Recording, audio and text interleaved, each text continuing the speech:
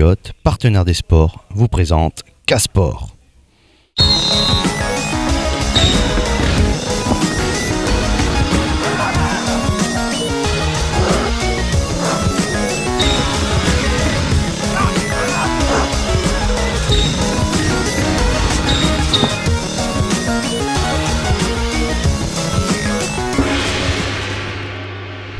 Bonsoir à toutes et à tous, nous vous remercions de votre fidélité. Bienvenue dans votre émission K-Sport. Alors c'est parti, visualisons le sommaire.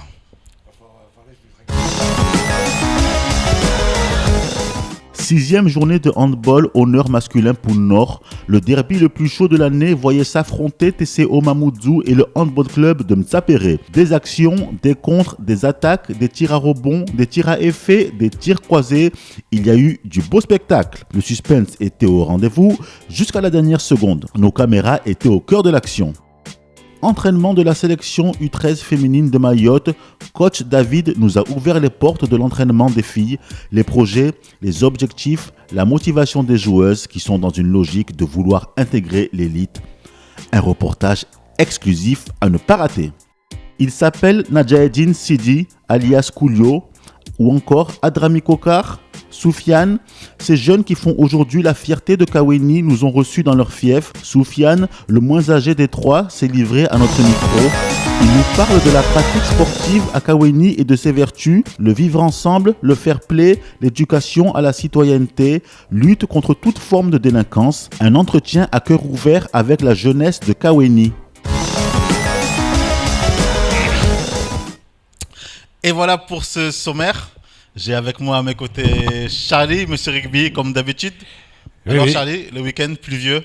Très pluvieux, des matchs qui n'ont pas pu être joués d'un côté. À mon avis, pour certains aussi, d'autres. Pour le basket aussi, ça peut. Pour un peu tous les sports, il y a beaucoup de matchs annulés. Ont dû être annulés, des matchs ont dû être annulés et seront reportés, bien sûr. Et j'ai ma consultante handball. Bonsoir. Vous pouvez vous présenter? Bonsoir, c'est Myriam Issoufali. Donc voilà, apparemment, je peux parler de handball puisque j'ai assisté au match ce samedi. En plus d'y avoir assisté, vous pratiquez le handball en club?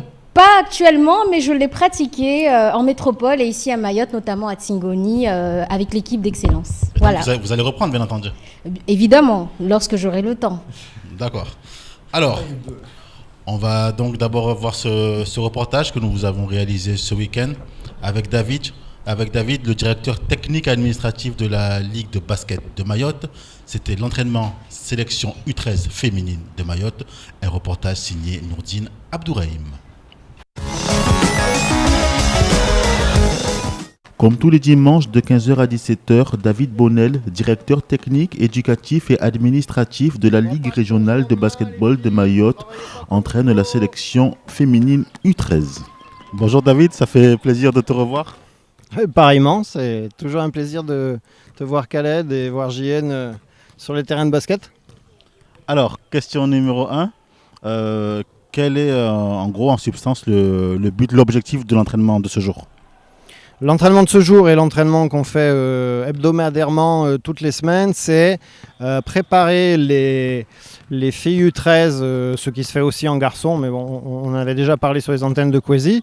Préparer les U13, donc les filles nées en 2002, 2003 et 2004, à plusieurs échéances, à savoir être peut-être choisies pour représenter Mayotte à la Réunion sur le pôle espoir, pour un garçon et une fille. Représenter les futures équipes de Mayotte, donc la future équipe U13 et les futures équipes U15 dans les prochaines échéances.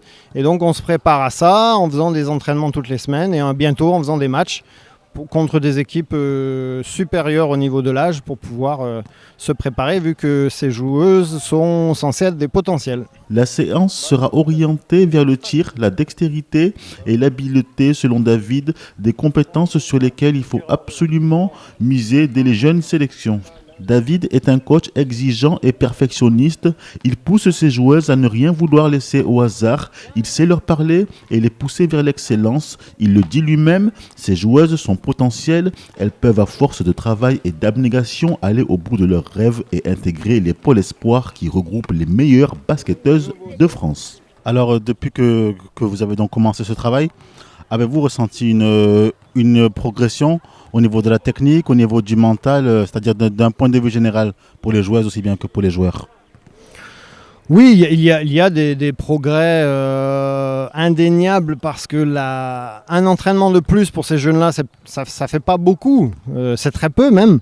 Mais sachant qu'en général, ils s'entraînent maximum 2 fois en club, faire un entraînement supplémentaire déjà, ça augmente de 50 ou de 33% la charge de travail. Donc au bout d'un mois, on commence déjà à voir des choses. Sachant qu'en plus en sélection, on travaille très peu de choses en termes de diversité.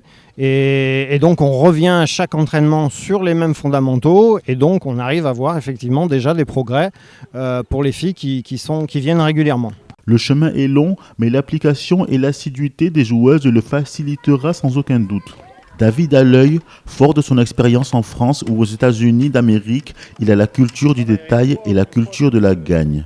Il décèle le moindre manquement, le moindre relâchement et sait être présent et donner les conseils et les astuces pour que chacune puisse avancer à son rythme et en même temps que tout le monde. Technicien et fin pédagogue, il est selon l'aveu des joueuses et des parents quelqu'un de rassurant de par ses compétences et sa vision du basketball. On a fait un choix techniquement aujourd'hui de travailler sur les jeunes générations et de les suivre après pour pouvoir améliorer la formation et les potentiels mahorais. Merci d'avoir répondu à nos questions. C'est moi, toujours avec plaisir. La façon d'évoluer vers le panier est vue en long et en large, travaillée durant toute la séance. Il est 17h passé, l'entraînement touche à sa fin, les filles seront à nouveau présentes dimanche prochain, même heure, même endroit. Voilà, on passe un petit coucou à David. Alors, nous allons maintenant parler d'un autre sport, le handball. Le derby de la capitale a eu lieu, c'était hier au gymnase de Cavani. Je vous propose de visualiser ce match qui voyait s'opposer le TCO Mamoudzou au handball club de Mtsapéré. 6e journée de championnat honneur masculin poule Nord de handball. Le derby de la capitale voit s'opposer le handball club de Mtsapéré face au TCO de Mamoudzou. Les deux équipes comptabilisent 9 points au classement. Dimanche 15 février 2015, l'équipe du handball club de Mtsapéré reçoit le TCO Mamoudzou. Le derby de la commune s'annonce extrêmement tendu, les deux équipes voulant impérativement repartir avec les points de la victoire. L'engagement est au rendez-vous dès l'entame de jeu. L'équipe de Mamoudzou impose son style, la percussion se fait omniprésente. Le TCO prend l'ascendant en enchaînant les tirs au but décisif. Alors qu'à l'inverse, le handball club de Mtsapéré rate énormément d'occasions qui se finissent tout simplement en perte de balle. On sent un certain agacement du côté mtsapérois, des tensions apparaissent et laissent transparaître une certaine fébrilité. La circulation technique ainsi que les combinaisons techniques sont maîtrisées par Mamoudzou en cette première période. Alors bonjour. Bonjour. Vous gagnez ce derby Oui. d'un point seulement. Oui. Votre sentiment par rapport à ce match? La victoire a été difficile, on l'a presque mérité parce que eux, ils étaient fâchés contre... Ils étaient énervés quoi. Et nous on a su calmer notre jeu, on a gagné. Au premier mi-temps, on n'était pas dans le match. On était vraiment ailleurs. Pendant la mi-temps, on a discuté ensemble et puis on s'est mis ensemble, on a joué collectif et puis ça passait. Et eux, ils contrôlaient pas leur jeu en deuxième mi-temps. Et puis on a pu remonter le score et puis voilà. Au retour des vestiaires, ce n'est plus la même équipe. Mtsapéré déballe son handball, un handball à la fois fluide, technique et agressif. On harcèle le porteur du ballon et on construit chaque phase avec détermination. Des mots forts ont certainement été dits durant la pause, mais l'équipe n'est plus du tout la même. Mtsapéré pratique le jeu dans le secteur et exploite le domaine aérien. Cela réussit au club qui chamboule totalement la défense du TCO qui ne s'attendait pas à un tel retournement de situation. À chaque fois que le mur de Mamoudzou se met en place, Mtsapéré joue la montée de balle. La progression rapide et collective de la balle en contournant le repli défensif. Ce match, quand même, on a donné tout ce qu'on a pu. Mais bon, hélas, quoi, tu vois, il faut toujours un gagnant perdant. On nous a amené un but, ça va. La prochaine fois, peut-être c'est nous qu'on gagnera. Mais bon, c'était un match vraiment trop dur, avec des conditions quand même super difficiles. Il fait hyper chaud. Et le match, on a mené jusqu'à la fin, on a joué jusqu'à la fin. Et c'est un sport quand même qui est vraiment physique, parce qu'il y a des remontées des balles, il y a des descentes, du coup on court tout le temps. Mais bon, si on arrive à jouer un match comme ça pendant 1 heure, franchement, ça va. L'écart se resserre, Mamoudzou fait la course en tête mais ne parvient pas à stopper le rouleau compresseur mtsapérois qui au forceps va renverser le rapport de force qui lui était entièrement défavorable en première mi-temps pour finir par s'imposer par le score de 31-30.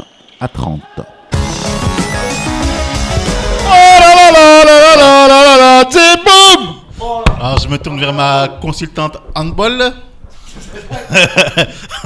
Alors votre analyse, enfin votre regard par rapport au handball mahorais.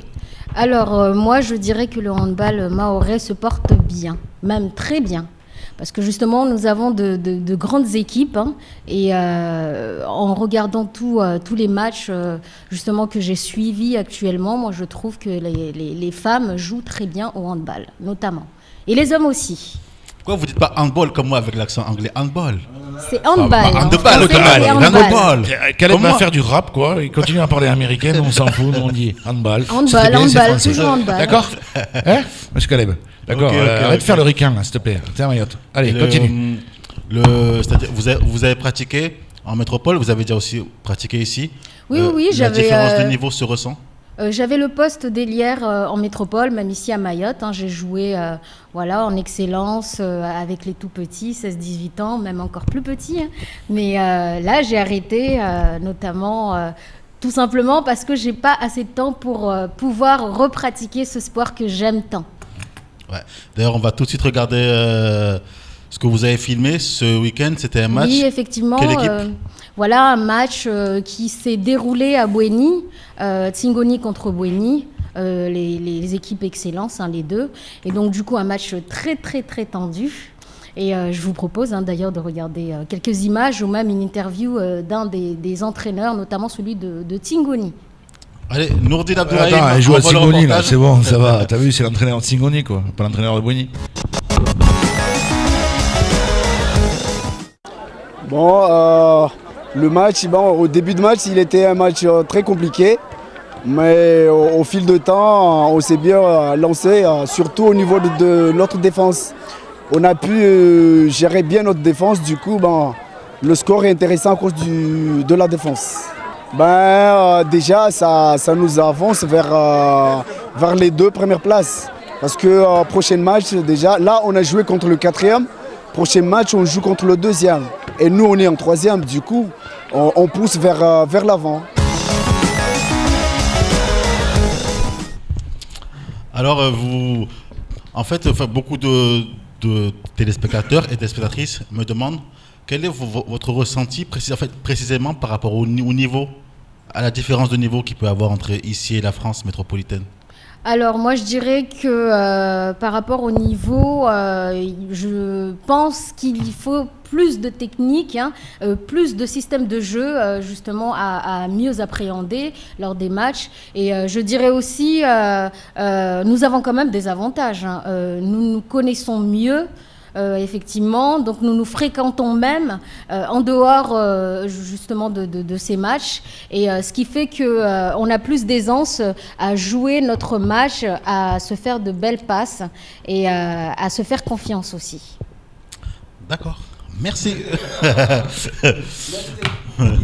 Il n'a pas tout compris. Attends, on parlait handball quand même, j'ai compris.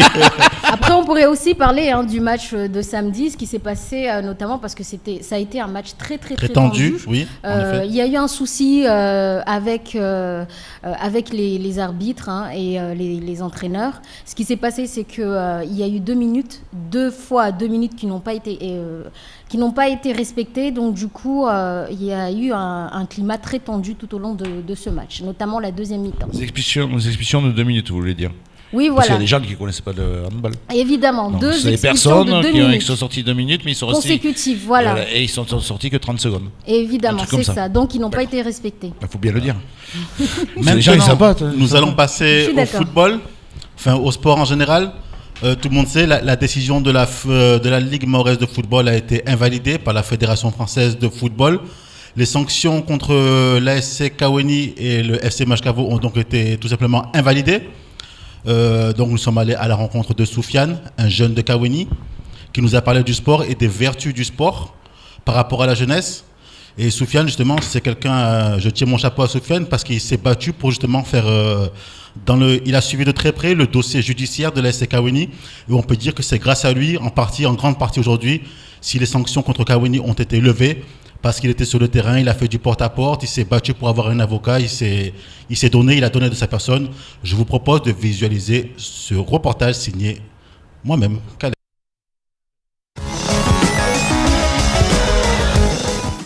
Alors, Kaweni, vous savez à peu près où elle se situe. Kaweni, c'est dans la commune de Mamoudzou. Et puis ici à Kaweni, comme vous le savez, par rapport au recensement de 2012, on est à 13 200 et quelques habitants. Donc, dans la majorité, on va dire 70% de la population d'ici, il a moins de 25 ans, voire à moins de 20 ans. Kaweni, il y a beaucoup d'associations ici à Kaweni. Sur le côté sportif, on a des clubs de foot, on en a 2. Et il y a aussi un club de basket. Il y a une certaine époque, on avait un club de hand, mais malheureusement, il y a eu quelques difficultés. Et voilà. Là, cette année, peut-être il va être relancé pour faire de la pratique là-dessus. Et puis, bon, depuis que je suis revenu de métropole, j'ai commencé à initier des jeunes à faire du tennis ici à Kaweni. Et voilà, il y en a beaucoup qui sont intéressés par le tennis. Le sport, ça nous porte pas à faire le délinquance à Kaweni. Ça nous aide de ne pas aller voler, pas aller braquer des magasins. On est heureux que notre plateau soit fait aujourd'hui. On est très heureux aujourd'hui que notre plateau soit fait. Alors, effectivement, pour avoir été acteur sur le plan associatif, je sais que le sport apporte beaucoup de valeurs, notamment des valeurs de fair play, des valeurs de respect de l'autre, des valeurs de vivre ensemble. Donc, on sait que la majorité des jeunes, ils passent tous par des associations, soit par la pratique ou pour être des responsables. Donc, du coup, voilà, c'est une très bonne nouvelle pour nous, en fait, qu'à travers le sport, on puisse apporter des valeurs à des jeunes. Le sport, il est vecteur de beaucoup de valeurs, hein. Il y a le valeur du fair play qu'on donne à travers le sport. Il y a le valeur du respect d'autrui. C'est très important de respecter les autres. Et c'est à travers le sport qu'on apprend ça. On apprend que, par exemple, quand on joue au foot, au basket ou à un autre sport, voilà, à la fin, on serre la main à l'adversaire. C'est un marque de respect. Et c'est à travers des centres de formation, c'est à travers les éducateurs qu'on va inculquer à la jeunesse de Kaweni, mais à la jeunesse de Mayotte de manière générale, des valeurs de vivre ensemble. C'est ça ce qu'on a besoin. Donc, lorsqu'on sait qu'à Kaweni, il y a beaucoup de jeunes qui aiment le sport, mais à travers ça, par exemple, voilà, on peut... moi, je me rappelle à l'époque, je jouais au foot à l'ASC Kaweni. Et à travers ça, j'ai pu rencontrer plein de personnes dans d'autres villages. Et voilà, ça m'a fait des amis, ça m'a appris beaucoup de choses. Donc j'espère que par rapport à cette nouvelle génération, j'espère aussi qu'il y aura des dirigeants et des éducateurs qui pourront transmettre ces valeurs-là. On regarde le développement du territoire de Mayotte par rapport à d'autres territoires, que ce soit la Réunion ou la Guadeloupe ou ailleurs. On voit que ici on a un retard au niveau des infrastructures. On a du retard au niveau des centres de formation. Donc c'est vrai, aujourd'hui on n'a pas les moyens, mais il faut monter des projets. Il faut monter des projets avec des éducateurs, il faut monter des projets avec les membres des associations. D'une part pour former ces éducateurs-là, encadrer les jeunes. D'autre part pour permettre à ces jeunes d'avoir le matériel nécessaire pour pouvoir rivaliser ou pouvoir concurrencer nos frères d'outre-mer. Donc voilà, je sais que nous, on part de loin, mais on a les capacités. Parce que ici, à Mayotte, par exemple, je prends l'exemple de Kaweni. À Kaweni, on a une fille qui s'appelle Myriam Lazarae. Elle fait partie de l'élite de l'athlétisme maoré. Malheureusement, vous regardez à Kaweni, il n'y a pas une piste d'athlétisme. Mais n'empêche, elle a du talent.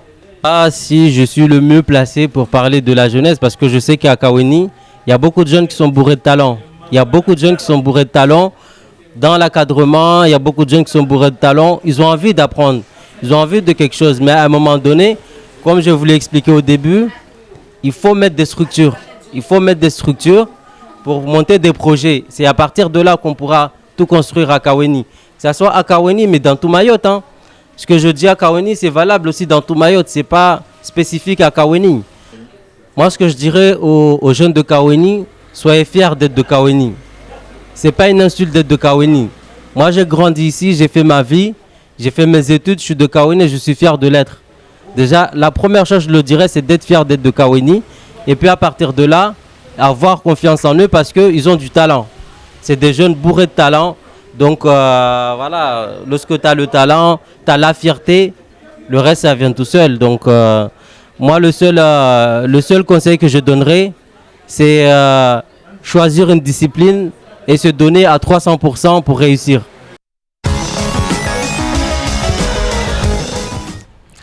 Et voilà, donc merci donc à Soufiane. Je tiens à signaler que ce reportage a été interrompu car j'ai été hier soir victime d'une agression. Alors que je filmais Soufiane, le président de Kaweni, M. Mila, est arrivé derrière moi. Il a donné un coup violent sur la caméra qui est donc cassé. Il m'a empêché de faire le reportage. Il m'a menacé en me demandant de quitter le lieu, me disant que je n'ai pas le droit de filmer. Et par rapport à ça, donc je tenais à le dire. On va maintenant passer au rugby. Charlie, oui. Les résultats du week-end. Oui, écoutez, les images du week-end, c'est que vendredi soir, le RCM donc, s'est déplacé à Msangamouji. On gagnait sur un score de 47-17. Mais il faut savoir qu'à la mi-temps, quand même, il y avait 17-12 pour Msangamouji. Ils ont un numéro 12 assez athlétique qui leur a donné un peu le tournis pendant cette première mi-temps. À la mi-temps, donc à l'arrêt, pour attaquer la seconde mi-temps, il y a eu un peu un remontage de bretelles, un retour au serré, M. Bruno Jalenski, puis ils ont mis après ces 35 points qui font la différence sur la seconde mi-temps. Donc il faut aussi signaler que Benjamin Perraudot donc, a arbitré les seniors. Donc voilà, par rapport à sa qualif d'arbitre, c'est très bien passé. Donc félicitations à lui, même s'il est au CTR, arbitre, c'est pas pareil qu'être CTR. C'est autre chose, il faut tenir les 30 gars sur le terrain. Bouigny ne s'est pas déplacé au RCPT, donc c'est pas par rapport à la pluie, ils ont fait forfait. Donc Msangamouji se retrouve 4e du classement. Et on va voir dans 15 jours donc les prochains matchs qui vont se dérouler, qui vont bien définir les 4 premiers pour pouvoir faire les demi-finales en avril. Et qu'est-ce qu'il y a de prévu ce week-end niveau rugby? Alors week-end prochain donc c'est repos. On se retrouve dans 15 jours, on n'a pas pour les enfants et tout ça, j'ai rien de concret. Le samedi matin, bien sûr, les écoles de rugby. École de rugby RCM à Tsunzu. Et puis dans 10 jours, dans 10 jours, donc on reprend la 5e journée. Ouais. Voilà. Pour le rugby. Le tournoi destination, la France qui ne réussit toujours pas. Oui, non, mais bon, là, ils ont gagné contre l'Écosse et puis ils ont perdu contre l'Irlande, mais il n'y avait personnellement rien à regarder. C'était triste. Il y a eu juste la fin de la seconde période où ils se sont bien sûr réveillés, ils ont enfoncé quelque chose. Donc voilà, mais fin de la seconde période, il faut commencer à la première période si on veut gagner à ce genre. Et puis après, personnellement, il y a des gens qui sont plus que compétents que moi pour sélectionner certaines personnes en équipe de France. Mais bon, je trouve qu'il y a certaines personnes qui n'ont pas leur place là-dedans. L'Angleterre a foutu une belle rousse, on appelle ça, à l'Italie. Même que l'Italie a bien marqué dans les premières minutes contre l'Angleterre 5-0, stupeur. Après, ils ont déroulé le rouleau compresseur et ça fait quand même un 47... pareil, 47 à je sais pas combien, donc ça fait 15. C'était énorme. Voilà, on arrive donc à la fin de cette émission. Et là, par rapport au SMS que je reçois, donc je précise bien que l'agression que j'ai subie hier de la part du président Mila de Kaweni, c'est bien sûr une agression verbale, extrêmement violente certes, mais verbale. Voilà. Sur ce, mais qu'elle voulait le dire, parce qu'il dit. Ah attends, non, mais c'est quand pas- même, parce que il y a c'est. quand même la liberté de la presse et je crois pas qu'on peut être embêté par une personne qui se présente pour des cantonales et qui est président d'un club. Alors en sachant qu'en plus qu'il a eu la Fédération française de football qui a remis en DH le club de Kawini et le club de Magicavo. Ce sont les dernières nouvelles que nous avons eues. Oui, tout à fait. Et sur ce, nous clôturons cette émission. On se dit à la semaine prochaine, lundi, de 20h à 21h, en direct sur KTV et sur Cozy FM 106.9. Ciao, ciao, bye bye.